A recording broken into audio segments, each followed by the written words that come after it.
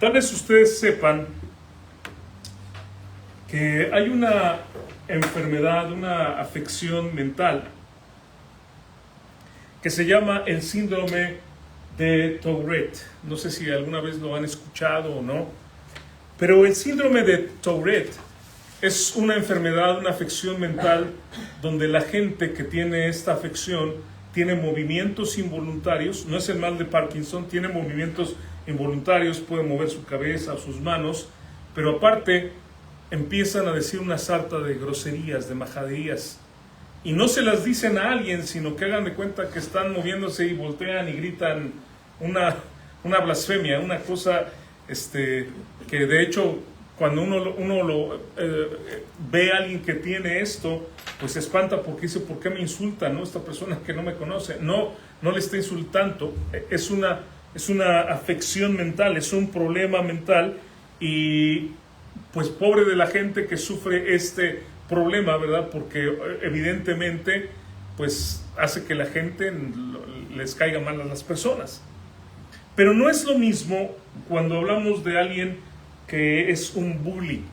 Esta palabra probablemente ya se ha hecho muy famosa, y estamos hablando de quién. ¿Qué es un bully?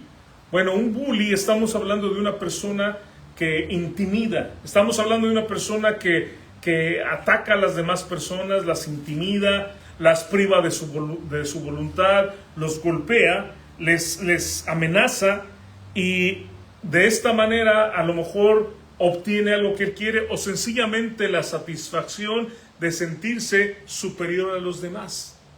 Esto es algo que a lo mejor de alguna forma lo hemos percibido en el mundo, a veces la gente en la familia, o sea, hay gente que es bully, hay padres que son bullies a veces de sus hijos, hay hermanos que son bullies de sus otros hermanos, y a lo mejor es algo que en otro tiempo no era muy bien identificado, no se hablaba de esto, pero que ahora ya lo identificamos y se habla de esta manera. Quiero decirles que vivimos en un mundo que es un mundo violento, que es un mundo donde la gente quiere tener el primer lugar, donde de hecho se premia a las personas porque sean agresivas, ¿no? En el trabajo muchas veces se dice que esa persona es muy competitiva, esa persona es muy agresiva en su trabajo. Ese tipo de vendedores, por ejemplo, queremos un vendedor agresivo que haga la venta, que cierre la venta, no importa cómo.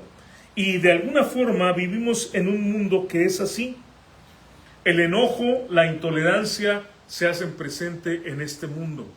Y vemos cada vez más gente molesta, más gente enojada, vemos gente en nuestros trabajos, vemos gente en las escuelas, vemos gente en la calle también. Vivimos en un tiempo donde la gente vive una filosofía que le llaman la filosofía del YOLO, ¿no? A lo mejor han visto esto, sobre todo en las redes sociales, sobre todo en los jóvenes de habla inglesa, you only live once. ¿Qué quiere decir? Solamente se vive una vez. Y con esta filosofía de solamente se vive una vez, con esta idea, habla que la gente viva de acuerdo a lo que quiere. O sea, tienes ganas de, no sé, de drogarte, pues prueba la droga porque solamente vives una vez. Tienes ganas de tomar algo, tómalo porque solamente se vive una vez. Tienes ganas de correr tu auto a ver a cuánto da, y pues métele, ¿verdad? No importa lo que pasa. Si te matas, pues ya ni hablar. Pero solamente se vive una vez, y no me voy a privar de nada porque solamente vivo una vez y voy a disfrutar todo lo que puedo. Nuevamente, el énfasis de esto es haz lo que tú quieres, lo cual raya muchas veces en lo tonto, en lo absurdo, en que gente hace cosas locas. Hemos visto a través de las redes cómo hay tantos retos que los jóvenes han seguido, ¿no? El reto de ahogarse hasta que ya estén a punto de desmayarse y dejar de hacerlo. El reto de usar productos para limpieza, o de estos sprays para limpiar que lo inhalan. Una serie de cosas que de hecho no quiero ni decir porque no quiero dar malas ideas y que después la gente diga, ya el pastor nos enseñó otra manera, otro reto.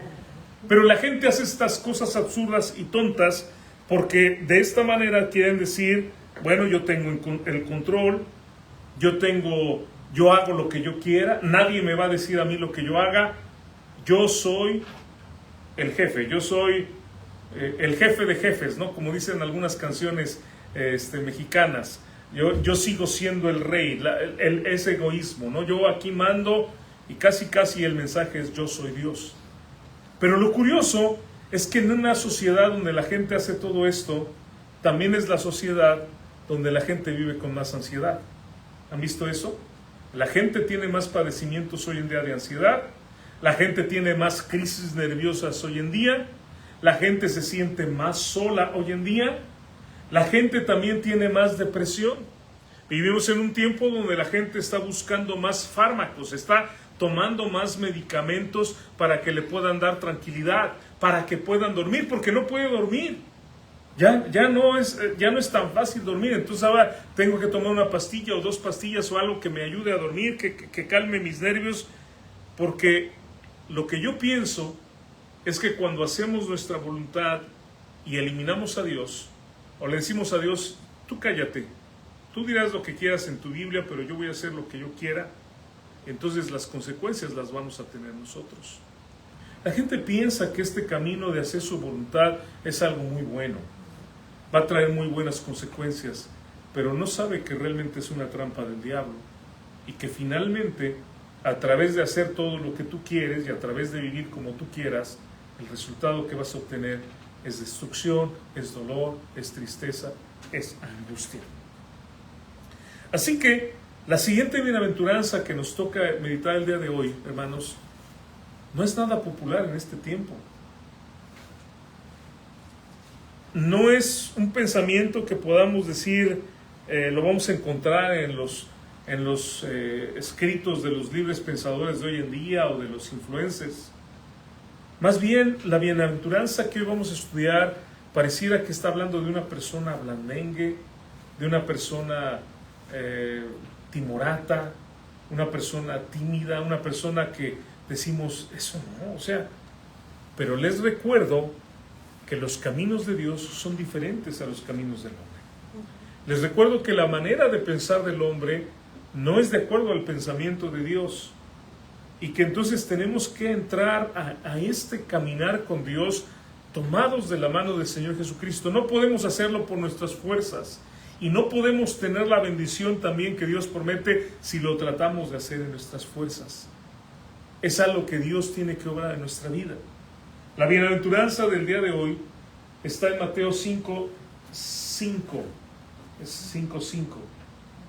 Bienaventurados los mansos, porque ellos recibirán la tierra por heredad. Es Mateo 5:5. Bienaventurados los mansos, porque ellos recibirán la tierra por heredad. Y entonces vamos a dar 3 ideas, hermanos, acerca de qué es ser manso. Vamos a hablar acerca, en primer lugar, de la palabra que se emplea, que es la palabra praotes. Esta palabra manso es la palabra praotes y más adelante la voy a mencionar en otra de sus formas de la palabra.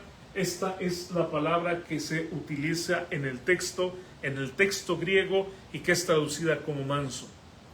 Y muchas veces cuando nosotros vemos el texto original, nos ayuda a entender un poquito más la palabra. Porque yo puedo entender manso como alguien tranquilo, como alguien calmado.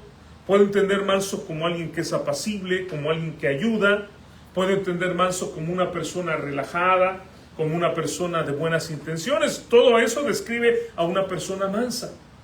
Pero la palabra, hermanos, que estamos nosotros viendo es un término que nos habla del justo medio entre 2 extremos. Cuando yo quiero balancear algo, cuando yo quiero, por ejemplo, a lo mejor ustedes ya no lo vivieron, ¿verdad? Pero yo todavía recuerdo a mi abuelo teniendo una pesa de este tipo. Y entonces si quería saber cuánto era medio kilo de carne, ponía de este lado un peso de medio kilo y entonces lo que pusiera de carne tenía que balancearse para que fuera de ese peso, ¿verdad? De medio kilo. Tal vez estoy hablando con gente muy joven que yo a lo mejor nunca lo vieron pero yo en mi abuelo lo tenía y yo recuerdo hacer eso cuando él vendía carnitas y él utilizaba este tipo de balanza. El justo medio es la idea, el equilibrio. Entonces nos habla, hermanos, del balance en la vida del creyente. No solamente está hablando de ser tranquilo, de ser apacible, sino nos está hablando del balance en la vida del creyente. Es decir, una persona que se enoja justamente. Ajá, ¿escucharon lo que dije? Una persona que se enoja, pero se enoja justamente. O sea, no, el manso no significa alguien que jamás se va a enojar. Él es muy manso, nunca en la vida se va a enojar. No, se va a enojar, pero se va a enojar por las cosas justas. Podríamos inclusive aplicarlo en las cuestiones de comida. Yo sé que aquí la comida, hermanos, a veces aunque uno no coma tanto, y de verdad creo que la comida engorda, ¿no? No sé si la grasa o qué, nos engorda mucho. Pero también podemos hablar acerca de tener el balance. Si yo ya no debo de comer más, no como más y ya, ¿no? No estoy todo el tiempo en la gula y los antojitos. Nos habla esta palabra acerca también de aplicar la disciplina. Fíjense lo que voy a decir. Aplicar la disciplina sin olvidar la misericordia y la gracia. Wow, esto es algo muy grande, ¿no? Porque a veces nosotros somos implacables con la gente. Esa persona merece un castigo, esa persona merece que se le castigue duramente. Sí, pero ¿dónde está, como hijo de Dios, la misericordia y la gracia? Yo mismo cuando enseño acerca de disciplinar a los hijos, hermanos, y sigo creyéndolo, ¿verdad? Aunque ya no disciplino a nadie, y creo que ya no voy a disciplinar a nadie, ¿verdad? O sí, vamos a tener otro chiquito. Yo creo que ya no. Pero yo desde antes de ser casado y toda mi vida como pastor he enseñado, hermanos, que a los niños se les debe, cuando el niño desobedece, a la primera desobediencia, se le debe llevar un cuarto aparte, se le debe de hablar con él y se le debe dar con una vara en las pompitas. Ajá, con una vara en las pompitas. Y eso va a quitar, como dice la Biblia, va a alejar la soberbia del corazón del niño. Y ese niño que es disciplinado desde chiquito, cuando crezca, va a ser disciplinado él mismo. Pero lo que he enseñado es que no se hace como las mamás. Ya llevas 3, ya llevas 4, a la 10ª, y ya cuando lo agarran al niño le pegan por donde sea. No. Yo dije a la primera, cuando tú no estás enojado. Cuando lo que tú quieres es modificar que ese niño cambie su comportamiento y sea alguien dócil y que sea alguien obediente. Y después de eso, tú lo llevas a orar y le llevas a pedir perdón. Y cuando haces eso muchas veces, porque nosotros lo hicimos con nuestras hijas muchas veces, tú vas a tener una criatura que aprende a obedecer y que aprende a ser disciplinado por él mismo, porque ya tú no tienes que hacerlo. Lo hiciste cuando estaba chiquito, de tal manera que cuando él llega a los 8 o 9 años ya ni se acuerda de que eso pasó con él, y no es un trauma como mucha gente dice. Pero lo que estoy diciendo, mi punto aquí, hermanos, es hacer un balance. Porque no es solamente, no es solamente aplicar el castigo y decir, es que te lo mereces y te voy a despedazar. No, ¿dónde está la misericordia y dónde está la gracia aún en eso? Estoy hablando de algo muy difícil, yo sé. Estoy hablando de que no me como otro bistec cuando hay ahí todavía 3 y están diciéndome, mira, aquí estoy, ¿no? Y hay una tortilla calientita recién hecha y un guacamole, y que yo diga, es que estoy llenísimo, pero todavía alguien viene y me dice, cómase otro, pastor, mire, no, para que no se quede. Es muy difícil, ¿no? Es muy difícil encontrar ese balance, que no me enoje cuando no es, pero si es que todo me molesta la gente cómo maneja, me molesta la gente cómo me trata, me molesta la gente que es malagradecida, me molesta todo. ¿Cómo no me voy a enojar? Tendría que estar explotando. Bueno, el Señor dice, no, tienes que estar en un balance. O sea, ¿eso cómo lo logramos, hermano? Necesitamos a Dios. No me mira a mí, digo, no me mira ¿verdad, hermana? Y así me entienden, ¿verdad? Quiero decirles algo. O sea, lo que estoy diciendo, todo lo que he venido predicando desde que iniciamos hablando del Sermón del Monte, es que no es algo que yo puedo hacer mis fuerzas. Tengo que reconocer que necesito a Dios para que Dios me ayude, porque mi naturaleza va a querer hacer las cosas diferentes a lo que yo estoy hablando. Tengo que entender que solamente cuando Dios controla mi vida, cuando Dios tiene el control de mi vida, yo puedo hacer esto. Ahora, vamos a ver un texto en Mateo capítulo 11, versículo 29. El Señor Jesucristo nos dice esto. Dice: llevad mi yugo sobre vosotros. A ver, ¿esto lo entendemos? ¿Qué es un yugo? Las cargas, los sentimientos, las tristezas, yo me imagino, va confiando en Él, que llevamos esa carga y aunque no lo merecemos, lo hicimos para merecer eso, pero pues confiando en Él. Sí, bueno. Al menos yo así lo... El yugo era, o es, todavía se utiliza en muchos países, ese material de madera, ¿verdad? Esa herramienta de madera que se ponía en dos animales, normalmente son bueyes, ¿verdad? De carga, para que uno, el experimentado, guiara al otro, ¿verdad? Lo llevara y pudieran ir arando. Ajá. Ahora, el trabajo que hacen es un trabajo arduo, es un trabajo pesado. Eso tomaron ese yugo y tomar esa cuchilla que va abriendo el camino, va haciendo un surco para poder sembrar, no es algo fácil, es un trabajo muy pesado. Y como la hermana habla, tiene una representación en la vida, o sea, la vida es difícil, hermanos. La vida es difícil, o sea, si no lo sabemos o si no lo hemos entendido, quiero decirles, cuando el Señor Jesucristo predica el Sermón del Monte, y vamos a llegar eventualmente ahí, y al final dice, hubo un hombre que edificó su casa sobre la tierra, sobre la arena, y el otro la edificó sobre la roca, y vino lluvia y vino viento y golpeó contra la casa. El Señor habla de las dos casas. O sea, el hecho de que yo sea cristiano, el hecho de que tú seas creyente, no significa que tú no vas a tener problemas. No significa que Dios nos puso en un paquetito, ¿no? Estoy en una burbuja, estoy en una cápsula donde nada me toca y ahí yo feliz, ¿verdad? Saltando y diciendo gloria a Dios porque a mí no me pasa absolutamente nada. No, vamos a tener situaciones en la vida y la vida, hermanos, por el pecado, ¿se acuerdan? Este fue el inicio con el que comencé. La culpa no es de Dios. La culpa cuando alguien hace algo malo no es de Dios, la culpa es del pecador. Dios quiere que hagamos lo bueno, pero el hombre quiere hacer lo malo. La culpa la tiene esa persona perversa que hizo lo malo porque no quiere hacer la voluntad de Dios. Es el pecado. Entonces, en este mundo pecador, yo me enfrento a todo eso. Pero vean, llevad mi yugo sobre vosotros. Es el Señor, el experimentado, que me va a llevar. Porque yo no sé, lo que yo sé del arado es que ponen un animal experimentado y un animal que no es experimentado para que el que tiene experiencia lo pueda llevar. Y de esa manera, hermanos, yo por la vida yo no sé navegar. Yo no sé qué va a pasar mañana. Yo no sé si dentro de un año va a haber un diagnóstico médico que no me va a gustar. Yo no lo sé, espero que no, pero yo no lo sé.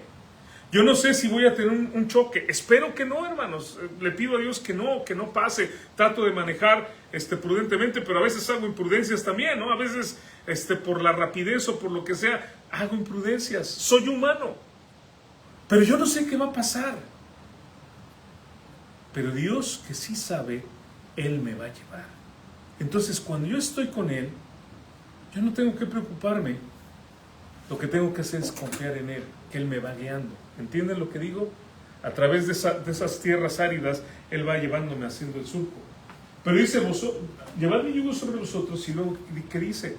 Aprended de mí, que soy manso y humilde de corazón, y hallaréis descanso para vuestras almas. La palabra mansedumbre, hermanos, era una palabra que se utilizaba en los tiempos de Jesús para describir una medicina calmante. Cuando alguien tiene un dolor de estómago, le recomiendan un tecito de manzanilla, ¿no? Un tecito de manzanilla, de hierbabuena. Cuando alguien tiene una picazón en los ojos, recomiendan hacer un tecito de manzanilla, dejar que se enfríe ese tecito y luego lavarse los ojos con ese tecito. Y lo que hace ese tecito es que nos calma. La palabra mansedumbre, hermanos, se usaba entonces para hablar de un calmante.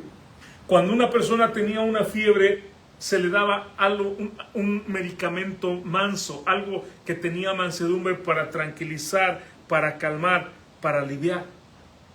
Y lo que el Señor nos está diciendo también en esto: soy manso y humilde de corazón y hallaréis descanso para vuestras almas, es que solamente cuando estamos unidos a Él vamos a descansar, escuchen esto, de nuestro propio carácter. Escuchen lo que estoy diciendo. Vamos a descansar de nuestro propio carácter, porque nuestro carácter es uno de nuestros problemas más grandes. Porque me enojo, porque me deprimo, ¿no? O sea, voy a hablar aquí de diferentes matices. Voy a hablar de que a veces a lo mejor me enojo de una manera como no debería de enojarme, y tal vez me pregunto por qué me enojo tanto, por qué, pero eso me hace sufrir, porque después de que yo me enojé, a lo mejor ya dañé a alguien, le dije unas palabras a una persona que lo ataqué, y después digo, ¿por qué le dije eso? O sea, ¿por qué? O sea, si todo estaba bien, si no teníamos por qué tener eso, ¿por qué pasó esto? O sea, ¿qué me pasa a mí, no? Pero también puedo decir de mi depresión, que de repente me empiezo a llorar y a sentir, ¿qué me pasa? O sea, ¿por qué tengo este problema, esta ansiedad? El Señor Jesucristo nos dice, cuando tú tengas ese caminar conmigo y aprendas de mí, tú vas a ser manso en el sentido de que vas a tener calma de tus propias emociones. Vas a tener control de tus propias emociones. Porque el Señor quiere también que nosotros lleguemos a masterizar o a gobernar, hermanos, nuestras emociones. Porque si no, vamos a estar dañando a otros y nos vamos a estar dañando a nosotros. De esa manera, hermanos, cuando nosotros vemos este caminar con el Señor Jesucristo, podemos decir, realmente es el antídoto, hermanos, para nuestro propio carácter y para tener un control.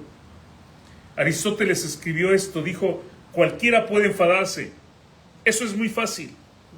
Dijo, pero estar enojado con la persona adecuada, en el grado correcto, en el momento correcto, con el propósito correcto y de la manera correcta, eso no es fácil. Sí, o sea, cualquiera nos podemos enojar, pero hacerlo de la forma correcta, eso es muy difícil. Ahora, ¿Jesucristo se enojó? Sí. En Juan capítulo 2, hermanos, en los versículos 13 al 17, dice así: estaba cerca la Pascua de los judíos, y subió Jesús a Jerusalén, y halló en el templo a los que vendían bueyes, ovejas y palomas, y a los cambistas ahí sentados. Ahora, déjenme contarles un poco la historia. Cada vez que se cumplía la Pascua, cada vez que se cumplía el Pesaj, como le llaman los judíos, que era el recuerdo de cómo salió el pueblo de Israel de Egipto, ellos tenían que ir a Jerusalén y tenían que ofrecer un cordero y tenían que hacer diferentes ofrendas. Ese cordero tenían que haberlo cuidado desde que era bebé y tenían que guardarlo hasta que tuviera un año, y ese corderito, cuando ya estaba bien bonito, gordito, bien hermoso, lo llevaban al templo. El sacerdote les decía, ¿tú amas este cordero? Y la respuesta era, sí, yo lo amo, lo he cuidado como mi mascota por tanto tiempo. Y entonces decía, muy bien. Y ese cordero lo entregaba y lo degollaban y lo cortaban en pedazos y lo quemaban. Sí, la idea, hermanos, era esta: yo le entrego a Dios lo que yo quiero, lo que yo amo. Yo no le doy a Dios las obras, ¿verdad? Por eso, hermanos, cuando nosotros hablamos de diezmo, de ofrendas, no hablamos nosotros de limosna, porque Dios no es un limosnero. Dios, yo no voy a sacar a ver el centavo más chiquito que tengo, ¿verdad? Ahí se lo doy a Dios. No, Dios no es eso. A Dios se le da lo mejor. Esa era la enseñanza. A Dios tenemos que entregarle lo mejor. ¿Por qué? Porque Él nos dio lo mejor. Piensen en esto. Las familias daban ese cordero con amor, y yo creo que hasta los niños llorando, ¿no? Papá, es que ¿cómo lo van a matar? Es la ofrenda a Dios. Y puedo pensar inclusive cuando nosotros damos, pero ¿cómo, no? Sobre todo la gente, por ejemplo, que da más, pero ¿a poco va a dar tanto? O sea, pues, bueno, yo le pregunto, pues ¿cuánto se gasta usted cuando va al cine, no? ¿Cuánto se gasta usted cuando va a comer? ¿Cómo no se nos hace tanto, ¿no? Cuando estamos allá comiendo o en las compras, ¿no? Yendo de shopping, ¿cómo no se nos hace tanto? Y gastamos, y ya cuando vemos, ¿cuánto gasté? ¿A poco tanto? Pero está bien bonito lo que me compré, ¿no? Y cómo se nos hace tanto cuando le damos a Dios. Pero por otro lado, también eso nos recordaba que Dios nos dio lo mejor, hermanos. Dios ¿a quién nos dio? A su Hijo, y lo entregó para nosotros. Ahora, siendo prácticos como somos, los judíos de aquel tiempo dijeron, pues ¿para qué compro un cordero, lo alimento toda la vida, luego mis hijos se encariñan con él, y luego de todas maneras lo van a cortar y a quemar, y mejor hago un negocio, ¿no? Yo llego allá, lo compro ya un cordero, a lo mejor hasta uno ya pulgoso, pulguiento, uno feo que me salga baratón, ¿verdad? O sea, ya saben cómo somos, que nos gusta el regateo, ese que está con la pata coja, y pues ahí lo compro ese, y ya que lo compro ahí, pues que lo maten al fin, que ni mis hijos ni nadie va a decir nada. Ahora, yo les pregunto, ¿ustedes creen que eso iba a agradarle a Dios? ¿Que Dios iba a complacer? De hecho, en el Antiguo Testamento hay un reclamo de Dios que dice, me traes la perniquebrada, me traes el animal, el que ya nadie quiere. Eso es lo que vas a hacer. Y entonces, eso es lo que está sucediendo aquí, hermanos. ¿Por qué? Porque la pregunta es, ¿por qué había cambistas? ¿Por qué había gente en el templo haciendo esto? ¿Por qué había gente vendiendo palomas y vendiendo borregos y todo esto? Porque los que venían de viaje se ahorraban comprando ahí. Y a lo mejor dirían, pues ya gasto ahorita, pero no. Imagínense lo que gastas en un año en alimentar un animal, para que después de que lo alimentaste todo ese año, lo cuidaste, ahora lo vengas a entregar. Dice el versículo, estamos en Juan capítulo 2, versículo 13, 14, dice, halló en el templo a los que vendían bueyes, ovejas, palomas, y a los cambistas ahí sentados. Los que cambiaban el dinero, porque si yo venía de otro lugar, como de aquí, ¿no? Si venimos nosotros de México, traemos pesos, pues aquí no se utiliza el peso, entonces había que cambiarlo. Y todo esto, obviamente, era un negociazo, ¿no? Porque la gente, pues como sucede hoy en día, no te cobran el cambio como es, sino se quedan con una comisión. Estaban haciendo un negocio, por un lado ahí, la gente no estaba adorando a Dios, porque no llegaba con la ofrenda que tenía que llegar, sino llegaba sin preocuparle a Dios, sin importarle a Dios. Estaban haciendo algo muy mal.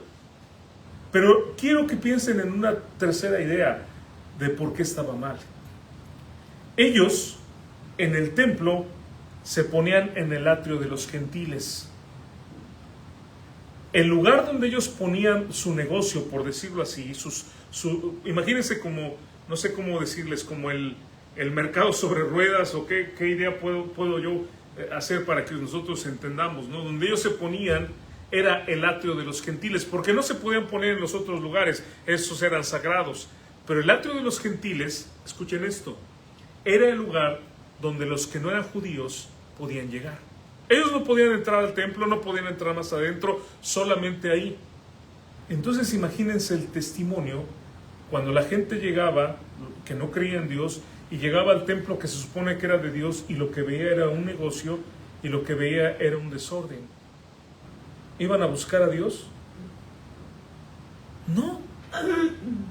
La razón, o sea, hay varias razones por las que el Señor se está enojando. Número uno, porque están haciendo un negocio en la casa de su padre, en el templo.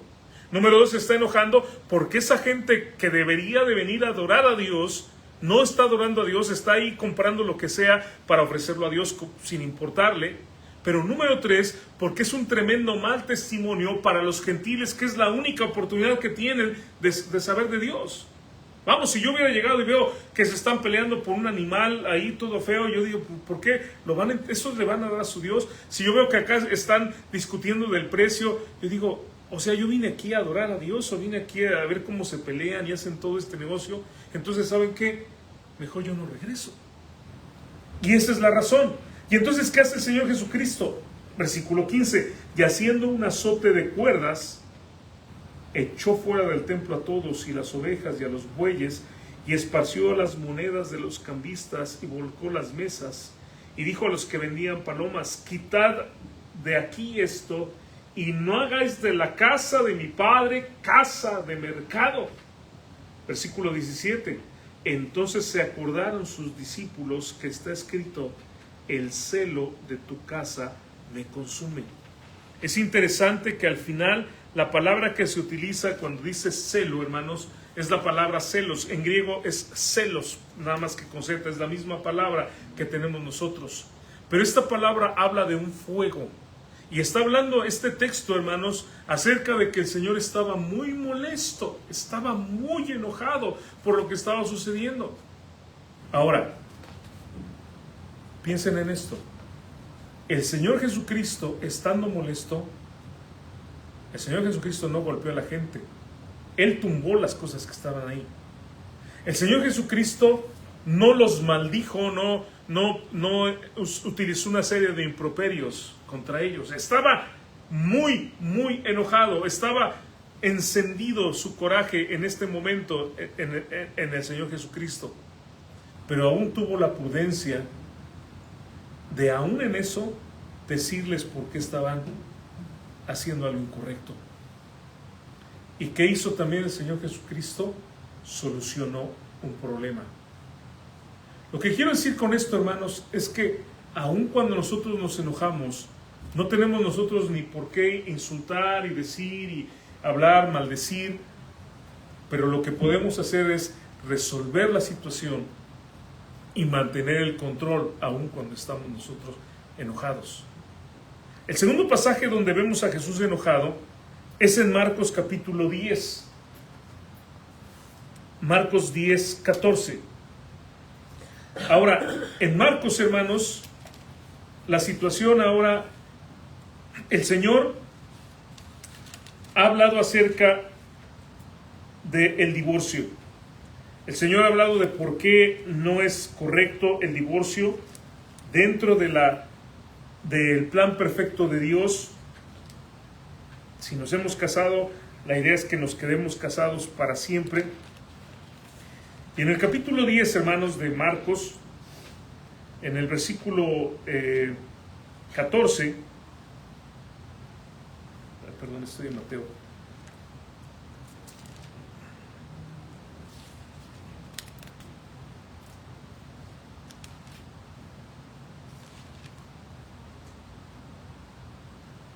Dice el versículo 13, bueno, un poquito antes, hermanos, nada más para que vean, en el capítulo 10, en el inicio dice: Jesús enseña sobre el divorcio.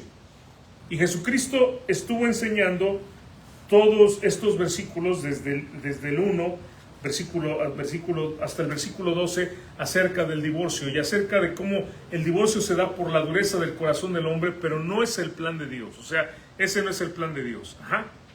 Dios dice que lo que Dios juntó no lo separa el hombre. Y lo que tenemos que tratar siempre de hacer es guardar nuestro matrimonio. Pero bueno, el Señor está hablando de ese tema. Inmediatamente después de que termina el hablar de este tema, hermanos, dice el versículo 13: y le presentaban niños para que los tocase. Lo interesante aquí, Marvin, es que cuando dice que le presentaban niños, en griego dice que quienes presentaban los niños, porque usa el artículo masculino o el pronombre masculino, los que presentaban a los niños eran los padres. Ahora, los varones, gracias. Ahora, imagínense esto: la gente escucha a Jesús hablando del divorcio y entonces la reacción de esa enseñanza de Jesús es: pues voy a tomar a mis niños para que los bendiga.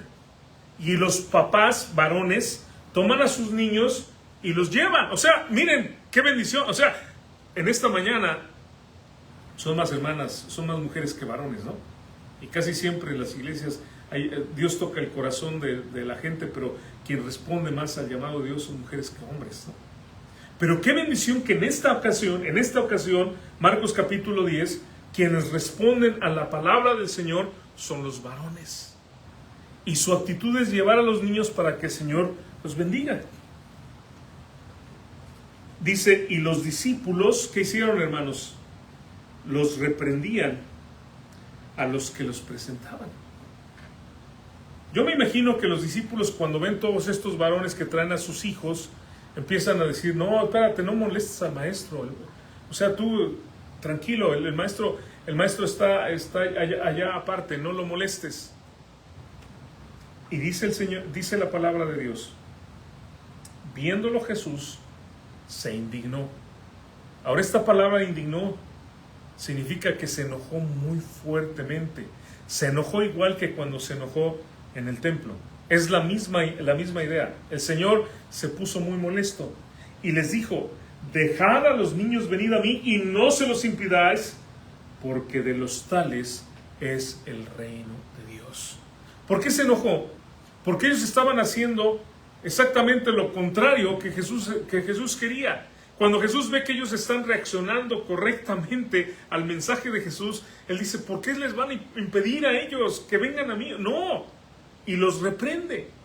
Y nuevamente, hermanos, volvemos nosotros a ver, no los atacó, no los maldijo, no los agarró a cachetadas, no les dio una patada, no les jaló las orejas, no les dio un trompadón y decir, a ver, tú, Pedro, ¿qué? ¿Es un tonto? ¿Qué tienes en la cabeza? Tienes la cabeza hueca que no entiendes, y un par de cachetadas, ¿verdad? Oye, una patada por allá, te estoy diciendo, nunca entiendes, nunca aprendes, estás torpe, ya me cansé de estarte diciendo. No hizo eso, ¿sí? Estoy exagerando, por supuesto que eso no lo hizo el Señor. Lo que hizo fue reprender y decirles, no, a ver, dejen que esos niños vengan a mí. No les digan a los papás que no vengan. Dejen de hacer eso, déjenlos que vengan. De ellos es el reino de los cielos. Lo que yo quiero es que ellos vengan a mí, no se los impidan. Nuevamente vemos al Señor sin pecar, no actuó egoístamente, no era una causa injusta, era una causa justa, y nuevamente lo vemos resolviendo un problema que se presenta. Nuevamente, hermanos, Jesucristo está muy enojado, pero no pecó. ¡Wow! Eso es admirable, ¿no? Porque la Biblia dice, airaos pero no pequéis, no se ponga el sol sobre vuestro enojo, pero la mayoría de nosotros cuando nos airamos pecamos. Decimos algo injusto, tratamos mal a alguien, difamamos o maldecimos a alguien. Y nuevamente lo que el Señor nos está enseñando, necesitamos mansedumbre que controle esos impulsos que tenemos. De tal manera que podría yo ponerlo de esta manera: bienaventurados o espiritualmente prósperos. Acuérdense que di muchas definiciones de bienaventurado: llenos de bendiciones, o totalmente satisfechos, o dignos de alabanza. Todo lo que expliqué que es bienaventurado, los que se enojan a su debido tiempo y por la causa justa, los que viven una vida balanceada por el poder de Dios. Entonces, no es solamente alguien que es muy bueno o tranquilo, o lo vemos muy sonriente. Ese hermano, qué manso es, ¿verdad? Le gusta abrazarnos. No solamente es eso. Se trata, hermanos, de un balance. Se trata de un control en la vida de la persona. Y quiero decirles, hermanos, que es algo que nosotros necesitamos. Es algo que nosotros necesitamos. La realidad es que como seres humanos necesitamos un control de nuestras emociones para no derribarnos, hundirnos en el dolor, en el llanto, en la tristeza, para no exaltarnos contra las demás personas, sino mantenernos en un balance. Porque cuando salimos de eso, hermanos, puedo decirles que nos convertimos como en monstruos, ¿no? Que si alguien nos grabara una película y después nos viéramos y dijimos, ¿ese soy yo? ¿Estás seguro que no me diste algo de beber que me transformó? No nos dieron nada, ¿no? Una pócima que nos convirtió. No, somos nosotros, pero sencillamente lo que nosotros requerimos es el control de Dios en nuestra vida. Si no entiende, fíjese, que se transforma uno, pues no. Si no se transforma uno, pues está peor la cosa, no se queda mal. Ahora, la segunda idea, que esto nos lleva a la segunda idea, que es también la palabra praus. Praotes vimos, praus es la misma palabra, es otra, vamos a decir que es una derivación, y es la palabra manso. Y esta palabra, hermanos, se utiliza manso se utiliza cuando se habla de un animal que ha sido domado. El significado en griego, hermanos, habla de un animal que es domesticado. El ejemplo tal vez que nosotros tenemos más común son a lo mejor perritos que tenemos, ¿no? Que le enseñamos al perrito a sentarse y le decimos sit y se sienta y le damos la mano y nos da la mano y le decimos que se quede ahí. El perrito que ahorita tenemos no ha aprendido muy bien, pero el perrito que teníamos en México, hermanos, Biscuit, ese perro, qué chulada de perro, ¿eh? O sea, yo le decía sit, ¿no? Se quedaba ahí y yo preparaba su comida y él estaba acá moviéndose porque ya quería comer, ¿verdad? Y lamiéndose los bigotes, pero hasta que yo le decía go, entonces ya iba y comía.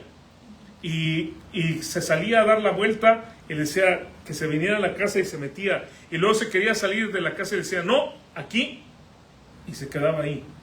Qué chulada de perro. Es callejero, hermanos, ese perro todavía vive, pero es de los perros que uno le avienta lo que tenga la pelota y se la trae y se la regresa a la mano y puede estar ahí todo el día jugando con él. Ese Biscuit es una chulada. De hecho, L, que se quedó con él, me dice, es que qué chulo perro, me dijo, es que es bien obediente, bien bueno, bien noble y bien defensor también, ¿no? Bueno, ese tal vez es el ejemplo que nosotros más comúnmente tenemos. Pero yo pongo una fotografía de un potro, hermanos, porque piensen en esto. Imagínense que estamos nosotros en el viejo oeste, ¿no? En el lejano oeste, y encontramos un potro salvaje. Ahora, un potro salvaje es sinónimo de fortaleza, ¿no? O sea, nosotros vemos estos animales, qué preciosos son, musculosos, fuertes, grandes, corren, si uno trata de agarrarlos se levantan, ¿no? En las patas y patean, y esas patadas pues matan a una persona, ¿no? Pero un animal de estos, hermanos, lo toma un entrenador que sabe. Por supuesto yo no sé nada, ¿no? No sé ni montar, pero lo toma alguien que sabe y lo convierte en un animal que corre o que trabaja. Inclusive lo hemos visto en algunas ocasiones hasta que bailan, ¿no? Les ponen música y van las patitas, o los hacen que se levanten en dos patas, que relinchen, y es completamente obediente al freno, es completamente obediente a la brida, o sea, a la correa que se le pone al animal, se deja que le pongan la silla, se deja montar, puede correr a grande velocidad o puede solamente ir trotando tranquilamente, se convierte en un animal obediente. Ahora mi pregunta es, ¿ese animal que ha sido domesticado perdió su fuerza? No, la fuerza sigue ahí. La fuerza del animal está ahí. ¿Ese animal es capaz de matar a alguien de una patada? Sí. ¿Ese animal es capaz de correr por una distancia a todo galope? Sí. Pero ese animal ahora es un animal que tiene esa fuerza bajo control. La segunda idea, hermanos, de la palabra mansedumbre, y voy a dejar aquí el día de hoy, es fuerza bajo control. Una persona mansa, hermanos, no es alguien que sea un débil, que quien quiera lo patea y lo hace a un lado y no. Es una persona, hermanos, que tiene fuerza, pero esa fuerza está controlada. Hace mucho recuerdo una película cristiana donde en la película había un hombre que estaba preso por ser una persona mala, pero en la cárcel conoció a Cristo. Y conoce a Cristo y es transformado, pero después entra otro preso que no lo conoce ni sabe nada de él y lo molesta. Y este creyente va con el pastor que va a la cárcel y le dice, pastor, ¿puedo dejar de ser cristiano por 5 minutos? Le dice, pastor, si yo pudiera dejar de ser cristiano por 5 minutos, con 5 minutos tengo para poner en su lugar a aquel tipo. El pastor le dice, no, tú no puedes dejar de ser cristiano ni por un segundo. Si tú ya eres cristiano y eres hijo de Dios, no puedes dejar de ser cristiano nunca. Y yo pienso, hermanos, a veces la gente no sabe quiénes fuimos nosotros, ¿no? La gente no sabe, a lo mejor nos vemos muy tranquilos, nos vemos muy buenos y la gente nos quiere, pero no sabe qué tipo de fichita yo fui antes de ser cristiano, ¿no? Y a veces yo pudiera pensar, nada más con que me den 5 minutos, Señor, déjame a esta persona en 5 minutos yo lo arreglo, verás que no necesito más que eso. Pero no. Cuando somos nosotros hijos de Dios, hermanos, cuando hablamos de mansedumbre, Dios tiene ese control en nuestra vida todo el tiempo. Y nosotros se lo permitimos. A lo mejor yo quisiera hacer algo diferente, pero yo entiendo que por el poder de Dios, Él tiene la razón y Él va a hacer lo mejor. Si yo hago la justicia a mis manos, no va a ser justicia, va a ser venganza. ¿Entienden lo que digo? Si yo trato de hacer justicia en mis propias manos, va a ser venganza. Pero cuando yo dejo a Dios que Él haga su obra, eso sí va a ser justicia. Y eso sí va a ser de bendición. Vamos a dejar aquí el día de hoy, hermanos. Pero vamos a pedirle a Dios que Dios nos ayude a tener esa fuerza bajo control. Vamos a pedirle a Dios que Dios nos ayude a tener ese balance en la vida que nosotros necesitamos. Vamos a ver.